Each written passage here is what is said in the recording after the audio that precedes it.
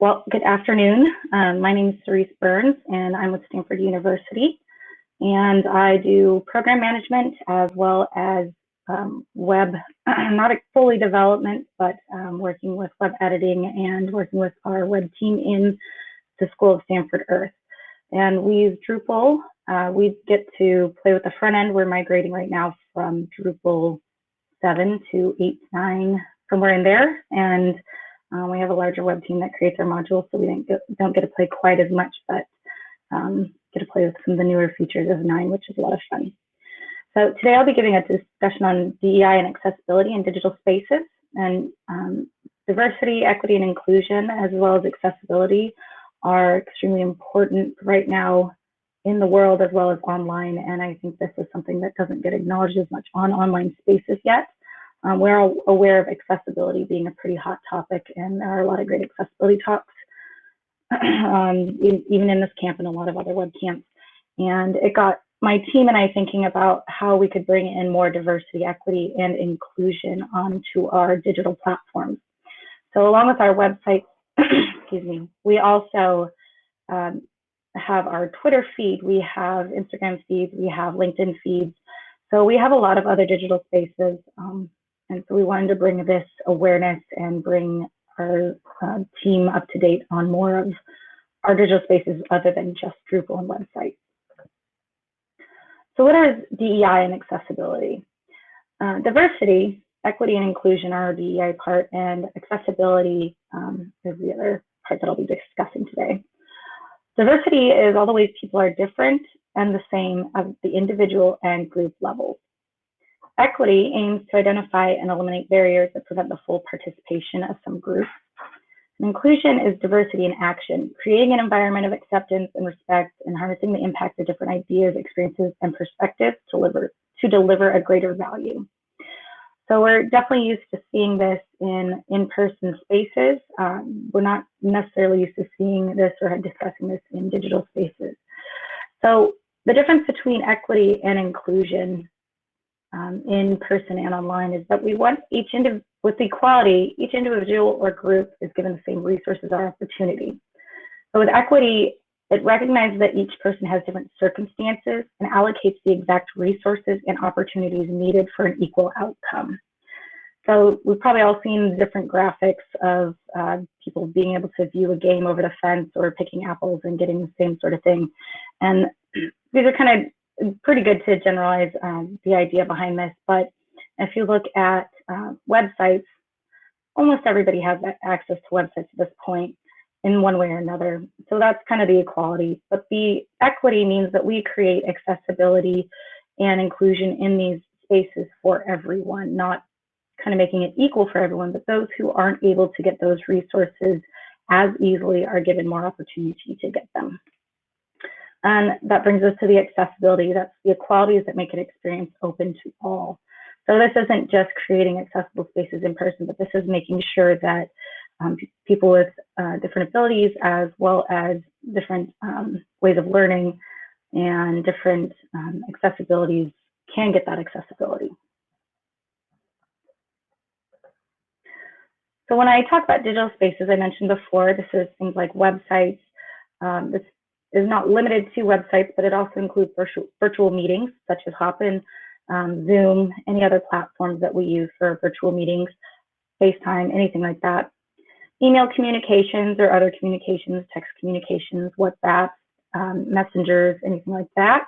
Social media, so Twitter, Pinterest, Facebook, Instagram, all those other social media ones. I'm sure there's a million out there. TikTok. And then online videos, anything with recording. This is pre-recorded live videos. And then applications. So not just thinking about websites and all those other things, but applications as well. Building applications for phone, desktop, things like that. So further into kind of beyond the web development into more programming stuff. So basically anything you can see on a screen is definitely a digital space. So DEI and accessibility are important because we want to invite more users into our communities. We want to make this more open to everyone and have everyone feel included, genuinely included, like they matter, And like, we want everyone to have that ability to access information and resources. We also want to create safe and respectable spaces for everyone so that everybody does feel welcome into that community. We want it accessible to a broader population, and kind of goes with these two areas, making sure that people with different needs can access websites or other information. This includes making sure that we have the right language access, the right physical access, different things like that. Increase reach and resonance, and then stop negative stereotypes and unconscious bias, because at this point in our world, we really have to be allies for everyone who is not able to stand up and say that they need these spaces. Maybe they don't even know what that consists of. But as developers and people who do web editing, even, we need to make sure that we are creating a more inclusive environment. So DEI and language.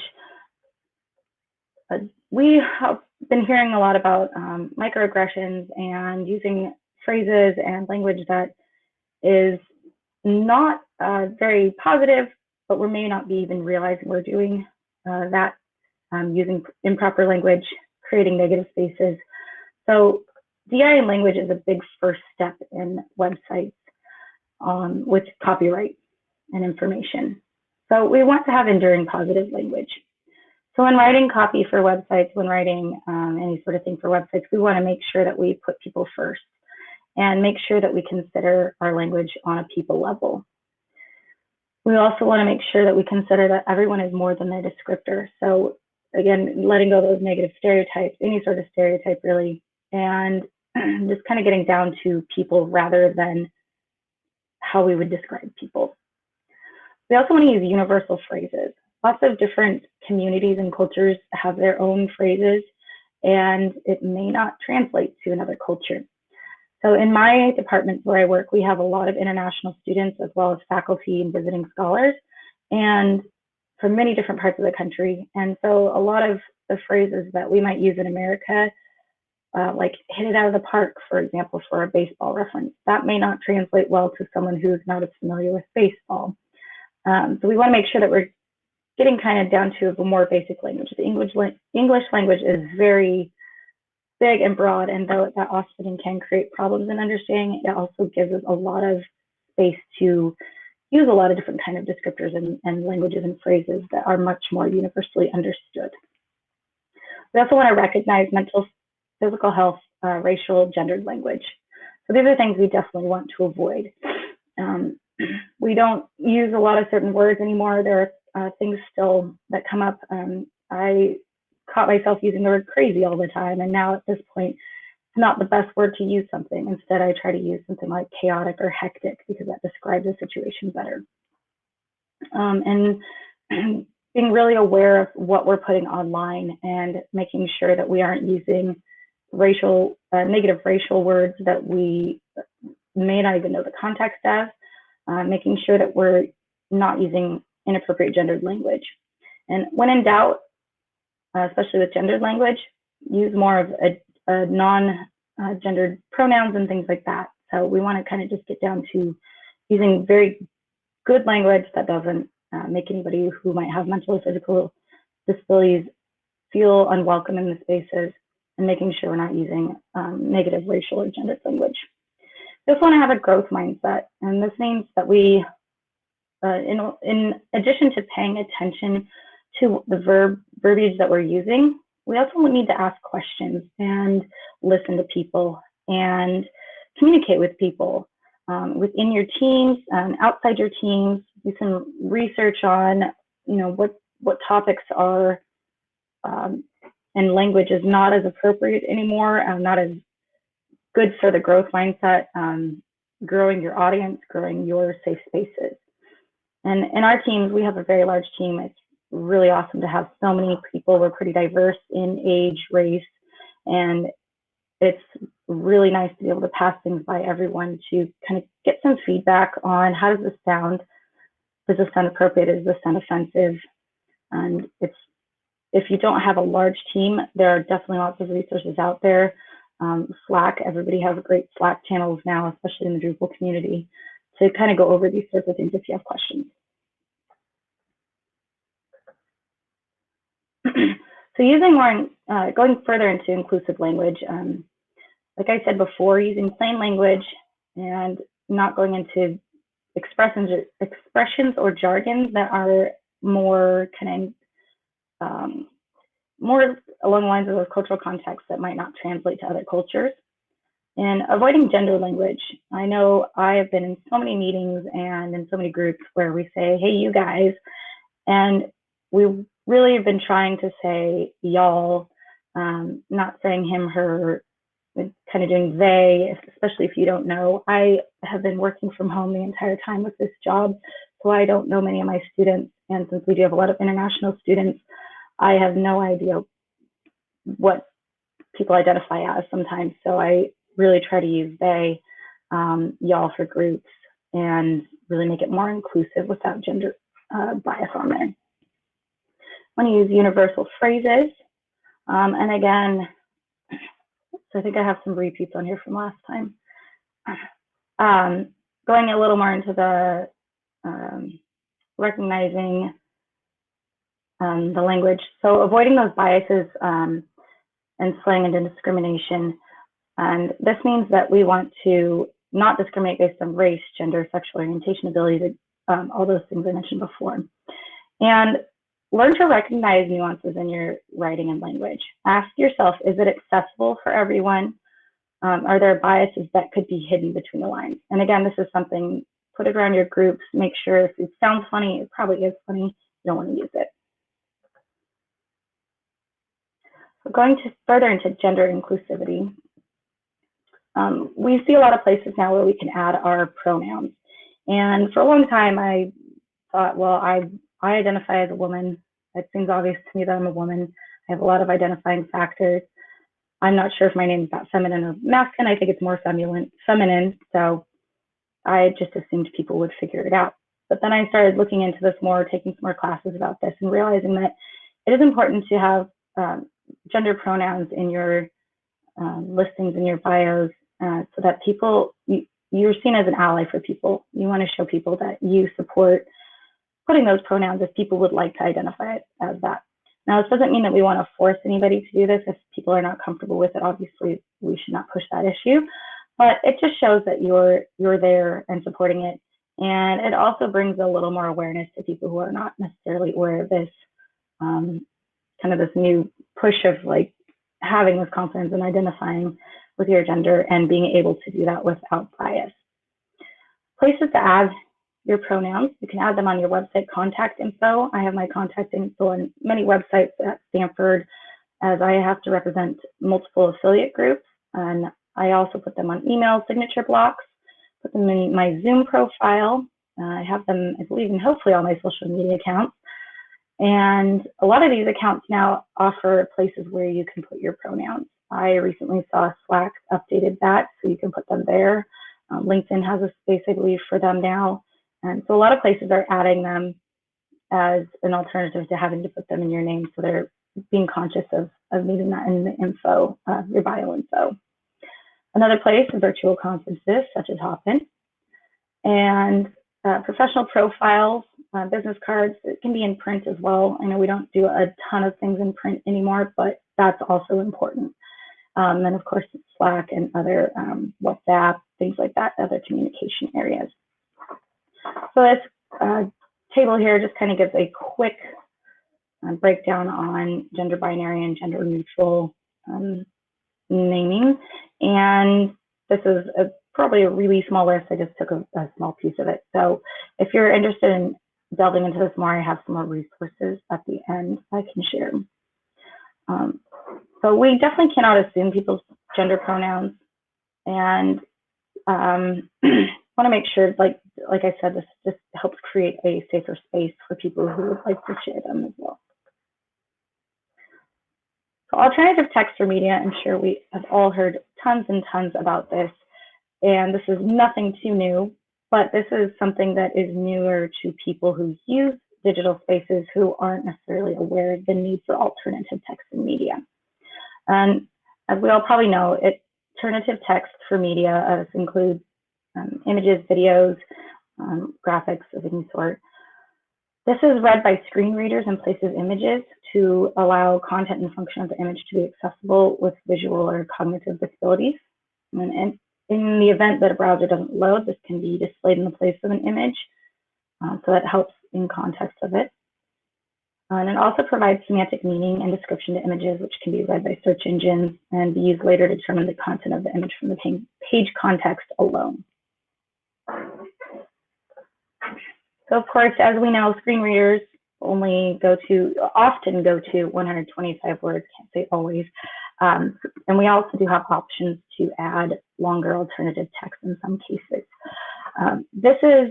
I used to see that like on Twitter, you didn't necessarily have the alternative text ability. I believe Instagram, it's a little newer, I'd say newer to me. That's because I haven't been using Instagram for about a year, so I have no idea when they introduced it. But it's nice to see companies recognizing that need for alternative text. It's nice that we have the space to put in a post, but we don't always have that ability, nor do we necessarily have enough space to list things. So best practices for our alternative text. We want to be succinct while providing content and function. We don't want to be redundant. If you have something in a caption, you do not need to repeat it in an alt text. If you need something added in the alt text that'll give a little bit more description, that's fine, but not repeating something if you have someone's specific name or something like that in there. Functional images need alt text, so any sort of graphic that's functioning in your site or digital space. And then decorative images as well, something that's just a little maybe like swirly thing on your website that's just a pretty little graphic. We can use the alt with the quotes and a space in between to just denote that it's an image there, but not necessarily warranting a big description. We want to use not use verbose language and opinionated verbiage, such as things like cute. So describing it to the point, going back to that, be succinct, making sure it's what you're saying is important in the context of the image. We don't want to use images with words when possible, such as memes. They're super fun, but not readable by screen readers. And going back to even like this table, this was a table that was an image online, and I ended up recreating it with text pieces in here so that it was readable by screen readers in the slide. So being conscious of those kinds of things, even not just in photo images, but also in images of tables and graphs and charts. So if it's a recognizable person, you can identify them as name, but also describe some physical attributes, because not everybody knows people by name. I, for one, have no idea the names of most famous people at this point. So saying someone's name wouldn't necessarily give me any idea who they are. Identifying visual appearance of people, such as age, physical descriptors, clothing, when it adds to the understanding of content, not always necessary. And then don't use terms to describe people that implicate judgment. So this is kind of that opinionated verbiage as well. We don't want to create any bias. So when using pronouns in alternative text, you can do this, but you cannot assume it. So it's not usually necessary. And if you do not know, use something gender neutral as they, them, person. You want to be specific only if the gender is known or verified. It's nice in my websites, we usually know everyone who's in our photos. So that's pretty easy for us. But when I do generic posts with kind of random images that I get off Pexels or Unsplash, I don't do it unless it's verified in the image. Use masculine or feminine only if necessary in describing the performance of a gender. I saw a horrible great example of a vintage poster of a very masculine dude in a car and a very feminine objectified woman standing next to it. And in that case, to get across the point of the image, using gendered masculine and feminine words was necessary to describe the point of the very sexist poster. So something like that, which hopefully you don't have to do, but in the event that it's describing something meaningful and like what not to do, then that's a case where you can use it. Another place where it's not necessary to describe gender unless it's important to the context is don't assume gender as snippets. Oftentimes, I'll use stock photos of hands or just somebody's feet or something like that, and based on what you see in that piece of that person, or even just a silhouette of a person, it's not necessary to describe gender of anyone or assume. So I just usually say person.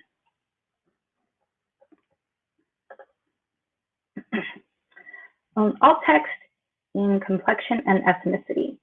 This is kind of a newer area that we researched when giving this talk to our Stanford web camp, and it was very interesting to look at this because this is always definitely a touchier subject. And when presenting this to our group, one of our women who is Black said, we really need to be careful in using this because we had said skin tone rather than complexion. So again, using complexion or ethnicity in alt text or even in copy and descriptors, it's only necessary if it's getting across the point of the image. You don't have to always use it. In fact, it probably takes up too much text anyways and doesn't necessarily matter. And I see there are some questions in chat, so I'll get to that as soon as I'm done with this slide here. So in general, you want to use non-ethnic terms when clearly visible. And the only standard practice I could find in researching this was emoji terms are a good place to go. So using light complexion, medium dark complexion.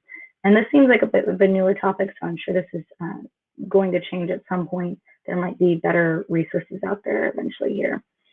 More specific terms of Black and white can be used when obvious. Including an ethnic identity where known and verified is fine, especially in context in the picture. If it's something like an image of festival for Latin heritage or African heritage, then obviously that might be a more appropriate place to define ethnicity. Okay, let me take a sec here to look up here.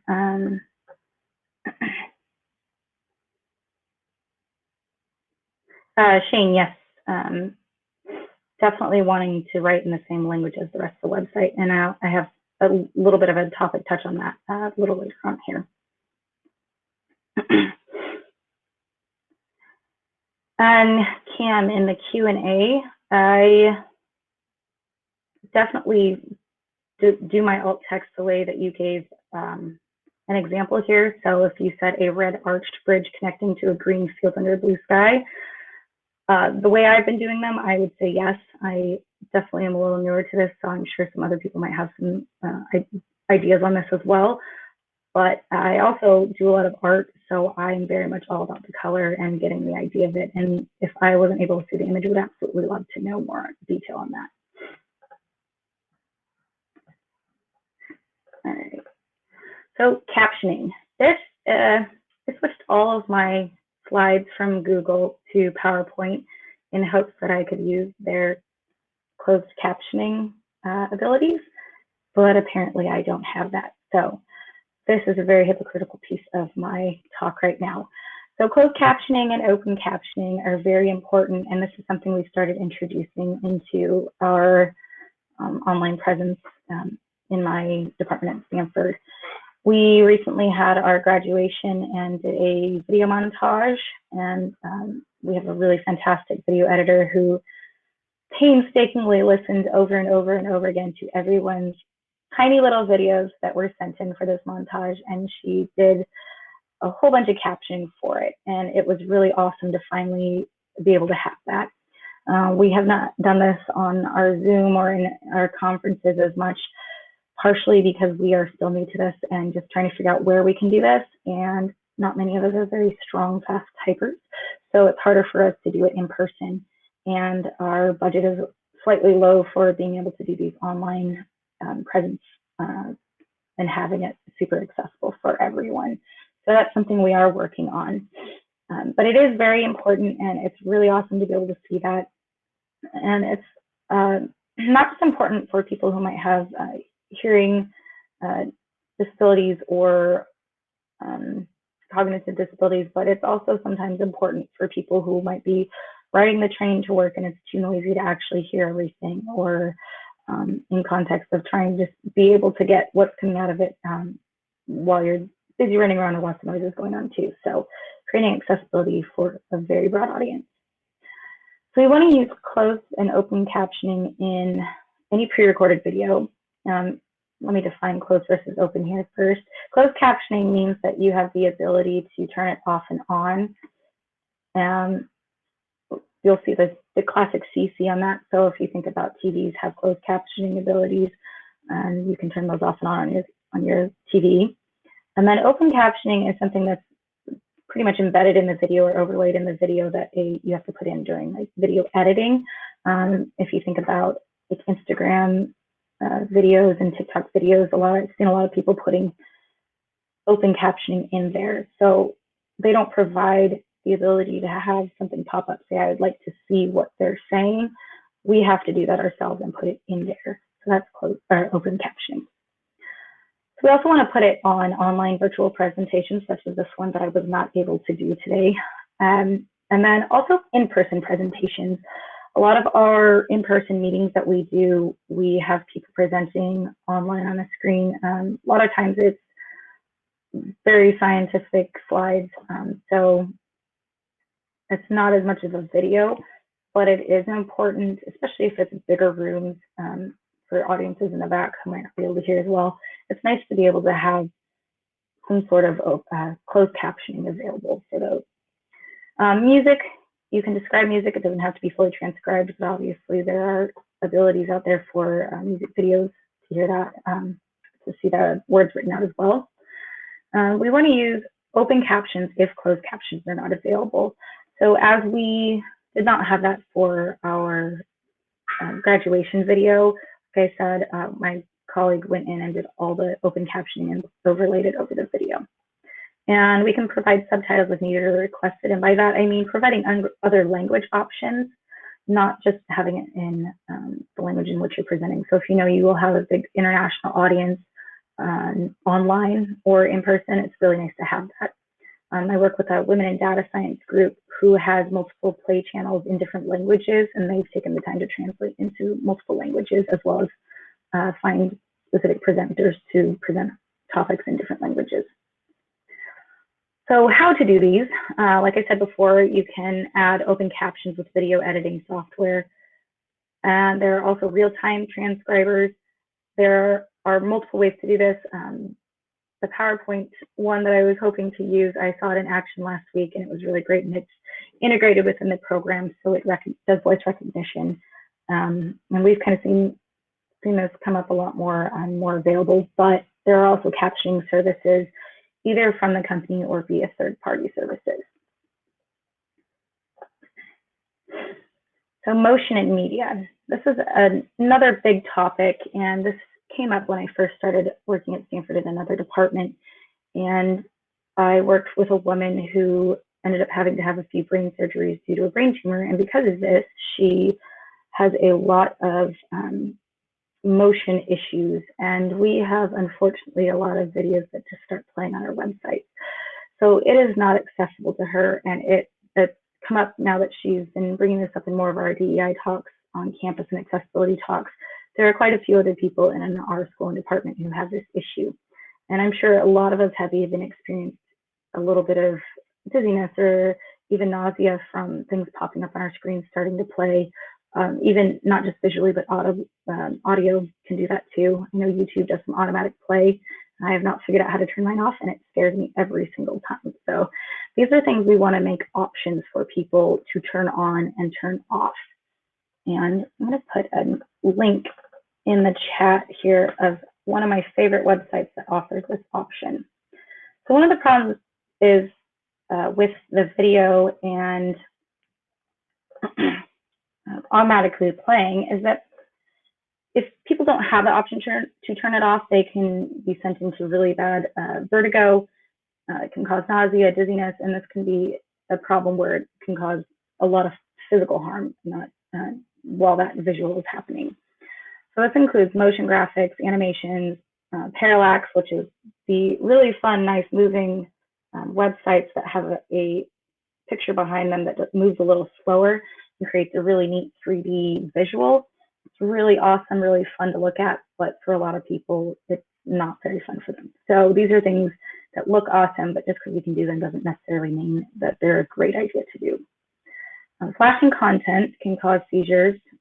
So there are different rates and patterns you can use with flashing content that are safer.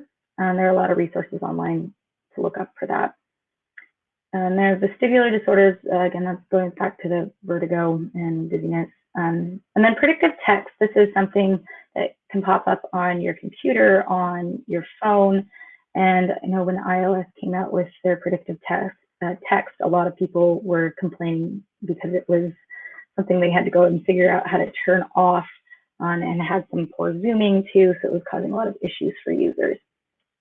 So solutions to this, use preferences or settings to turn off motions and parallax. And that link I put in the chat, the Readability webpage, has a really cute little graphic. They redid this sometime this year, and they have a nice little play button down in the bottom left corner that stays in place when you scroll. So it's always findable on the web page. And you can hit play and see the little motion, or you don't have to if it makes you busy. So that's a really nice option to have. Providing mechanics to switch off any animations unless essential. It looks like embedded videos online, even little graphics popping across your screen, anything like that. Or even, like I said, the iOS having an option to turn that off.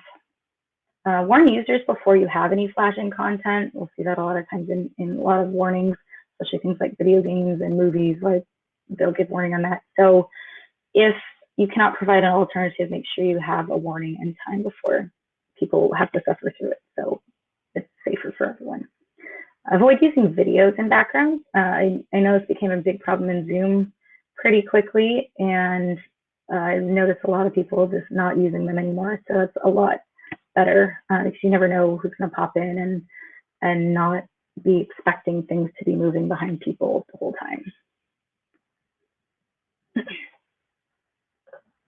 All right, moving forward here. There we go.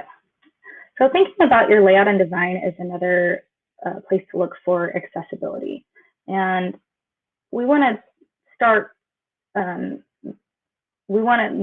pages and websites, and even any sort of like digital design, looking at how we're going to lay out our page. Is it going to flow well? Looking at areas we're going to make sure that we need to have accessibility for non-mouse users, and as well as making sure our spacing flows well, and finding areas where we can improve on that before even building. So accessibility in your layout and design. Draw it out, plan a design, test the flow and idea before building, pass it through your teams, pass it through people who might have needs for certain things on websites, and see how it makes you feel, see how it makes other people feel. Does it look right? Does it flow right? Does it cause some issues on understanding or design? Can your site be magnified? And this is something I've started having to magnify up screens. I have a teeny tiny laptop, so it's harder for me to see. And before I got a larger external screen, I'd have to zoom in on a lot of websites. And oh boy, there are quite a few that are not friendly. So making sure that your website is built for increase and decrease in format. Pick appropriate fonts and colors. Don't use super obnoxious things. I've been taking a deeper programming class, and it's interesting to see how many people get very excited about colors without really thinking about what they're doing, and it's very difficult to read a lot of these kind of fun things. It feels like junior high learning HTML and CSS and just using all sorts of colors. So making sure that you're using ones that work well together, and I'll discuss that a little later, as well as fonts that are legible. We want to save kind of the decorative fonts for something that's really is intended for that and not overused. So using something a little more basic and legible is the best. Is your site accessible without a mouse? I have talked about this many times. I never had to do it myself until my old Mac decided not to connect to my mouse. So it was working with my keyboard, and I ended up having to use the tab and enter and space buttons. And it was nice to have to try that and rely on that and see if it worked. And it was really refreshing that the page I was on was actually accessible.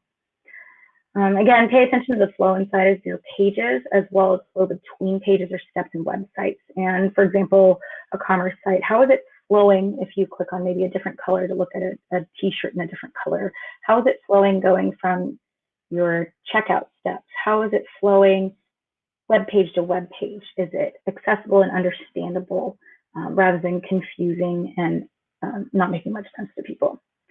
And then always test, test, test. Test while you're creating these tests afterwards, have many people test it, make sure it's accessible for everyone.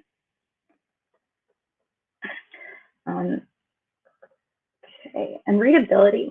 So when we think about readability, we want to make sure that we are putting things into nice sections that are understandable and flow well. We don't want things super spaced out or too stuck together, the context not flowing together well, not making much sense. So kind of thinking about maybe sort of a newspaper design and a good flow of a newspaper design or a magazine design. So we want to have writing that also is geared towards the 7th to 8th grade audience. That's about the average reading level. And this may change. Like I said, a lot of our sites are science sites, scientific research, and there are also sites that are, and we have law school, medicine. So those sites are sometimes going to have a lot more scientific jargons, very specific verbiage, and it's geared towards a very specific audience. But then we also might have, like maybe in the School of Medicine, there might be pages that we need to go to that are for more of a broader range. So we don't want to be using a lot of like medical jargon that is not understandable. We want to use bullet points or numbered lists. That makes it really easy to get to information quickly. A lot of people don't spend time reading the entire website, and we'll look at more of those bullet points and numbers as well. So it's a great place to put your content. Don't mix your numbers and bullet points as I did here. That was my example to show you what not to do. And it creates a little confusion, and you can probably tell by looking at this that it's kind of ugly. So making sure that it's less confusing. You can combine them if, of course, you're doing indented lists, and that makes more sense. You want to keep text left aligned. I used to love having everything beautifully spaced, but it was actually really horrible. This creates a lot of spaces in between words, and especially cognitive disabilities, this can create a lot of issues where your eye jumps around and it does not allow a good flow, legible flow of text. We want to use spaces to define sections, making sure that there's enough between so that words aren't getting squished together for people and creating that kind of confusion back and forth on words. But like I said, avoid it in text as much as you can inside those text contexts. Flow and design, we want to be consistent and sensible. So keeping it consistent is great because it helps the eye flow better through the page.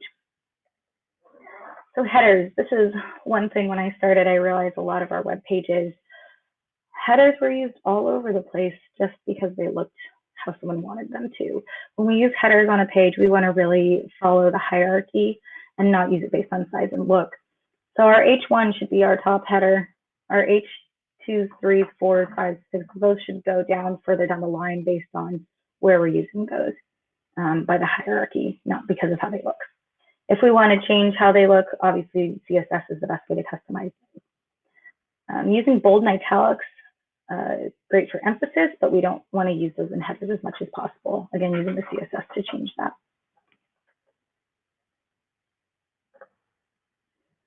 When using links, I started making some kind of branded colored links, but realized that was actually confusing and people weren't able to find the links. Removing underlines is not the best idea. So having underlines in your links is nice to have. It's not necessarily super pretty for your pretty web pages, but it does make it more accessible, more obvious to everyone that this is a link. Sometimes bolding the links or using your CSS is a better idea, of course, to stylize your links and make them stand out more. Then use expected colors when possible. Blues are a great color because we've been used to that. That's pretty standard browser color.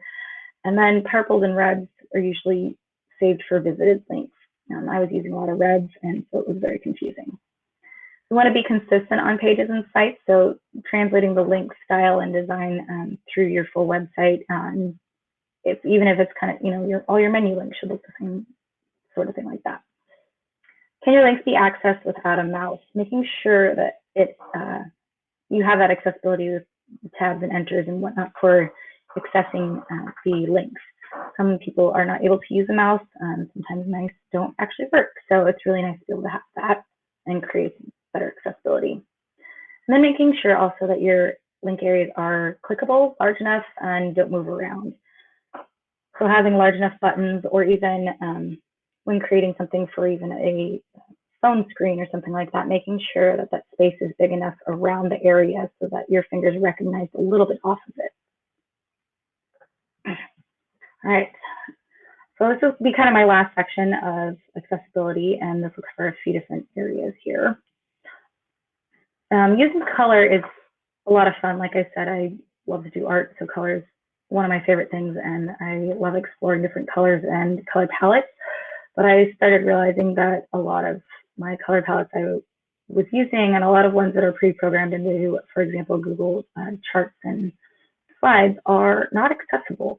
So I started looking into this more, and I started playing specifically with this website called Coolers. And this is one of my favorite ones because you can check what colors look like in real time. And I'll go through some of these. So the percentage of people in the world with color vision deficiency is shown here in this graph. And then our 8.33% of men have CVD, and 0.5% of women worldwide have CVD. So color deficiency, we don't use the word colorblind anymore. Everybody can kind of see a little color unless they are truly colorblind, and I'll show you some color palettes in a minute. So color deficiency means that the cones of our eyes are, we are missing cones, and we can't see necessarily all the same colors as if you had all your cones. So when we go through this, we go through making our websites and putting anything on our digital spaces, we want to consider colors that are going to work for everyone, and paying attention to colors that are put together, paying attention to contrast as well. And then, are your brand colors translating your image well enough, or are they getting lost for some people with CVD? Or are they not high contrast enough? We don't want to overuse color. Simplified is much better. And test your colors before and after you're building. While you're building, there are lots of great plugins. Forget the name of mine. I use Wave for my Chrome browser, and it's pretty helpful to help check accessibility. Dark mode's super fun. I love dark mode because bright screens oftentimes cause a lot of issues for my visibility. And so I set most of my things to dark mode. But then there are times where there are things set to dark mode that I can't see as well because there's not enough contrast and poor use of color. So we want to make sure that dark mode is able to be turned off and on unless it's absolutely necessary to have it in dark mode or not using dark mode. And if you do have a dark mode, obviously check your colors there and make sure that you're changing your colors when it switches to dark mode so that they do have a high enough contrast and are still legible and accessible. So color vision deficiency, these are some flowers I had growing this spring, and I took a picture, and of course I made this a little brighter and more saturated than they probably were on the camera. And I am using the word true here just to describe the color that came through from the camera, and we can base this, I guess, on how I see the colors. So I took this into a color blindness simulator, and there's a link down at the bottom here, and I have this in my slide resources as well. This is a really great site where you can upload a picture of anything, and it will give you an idea of what it looks like for people with certain color deficiencies. Protanopia is one. Monochromatic is true color blindness. And there's deuteranopia and tritanopia. So a lot of times in my different groups, we use charts, tables, lots of visuals for graphing data, creating images and models. So I noticed a lot of people weren't actually looking at how this might be visible to people with color vision deficiency. And I was starting to create tables and charts from data in Google, and they have these classic Google colors, but this is a set palette, but even in the set palette, I can barely discern colors right here in the top of the chart. This is not very fun for people. So in Protanopia, to me, it looks a little better, but if we put certain colors next to each other, they're not going to be as visible apart either. So this is how that same chart would look for someone who has deuteranopia and someone who has tritanopia. And as you can see on some of these, there are definitely spots that are harder to create a distinction. So this one's a little bit better of a color palette. I used a good site. DavidMathLogic.com has a kind of a fun thing you can play with and build color palettes from, and it will show you true versus protanopia versus deuteranopia versus tritanopia all at once. It does not allow you to move the colors around next to each other. So as you can see in some of these, like I said before, they're really close together and harder to discern. So this is still not the best color palette. An even better color palette would be using a monochrome color palette, having high contrast in one line, and then having a sensible flow of your colors. These kind of darker blues are a little bit similar in color, so seeing them further away or having, your screen might be lighter or darker, or someone might have a color deficiency that they won't be able to discern these colors as well together. So even this is a great color palette. You got to consider pairing of your colors as well. So that same color palette, if I put this into that Colors program, it has a great little tool in your color palette with little eyeglasses in their top menu bar, and it will show you all the different color deficiencies. So this is a really, really useful tool, and you can also drag the colors around so that you can see if they work well next to each other, as well as if they're different enough in the palette for everyone.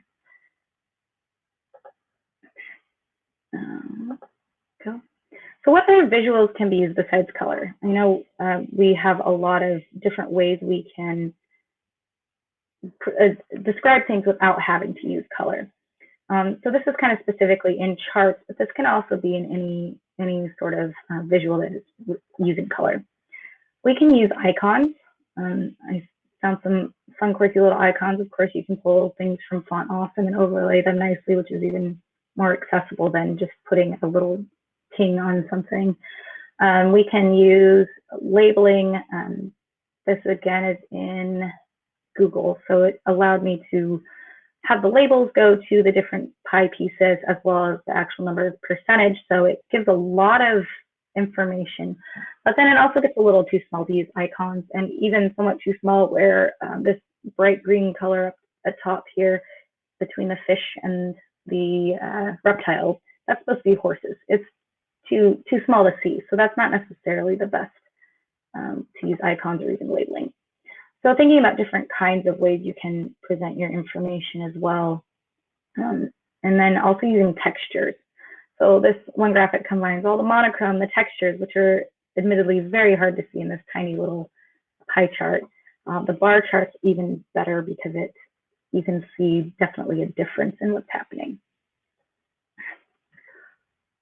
All right, so I have additional resources, and I will put a link to my slides if you'd like to access these.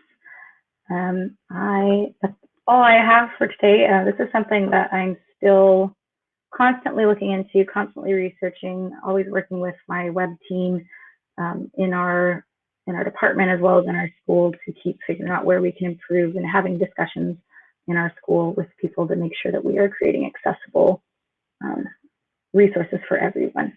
So if you have any other questions or any comments, please feel free to put them in the chat or Q&A.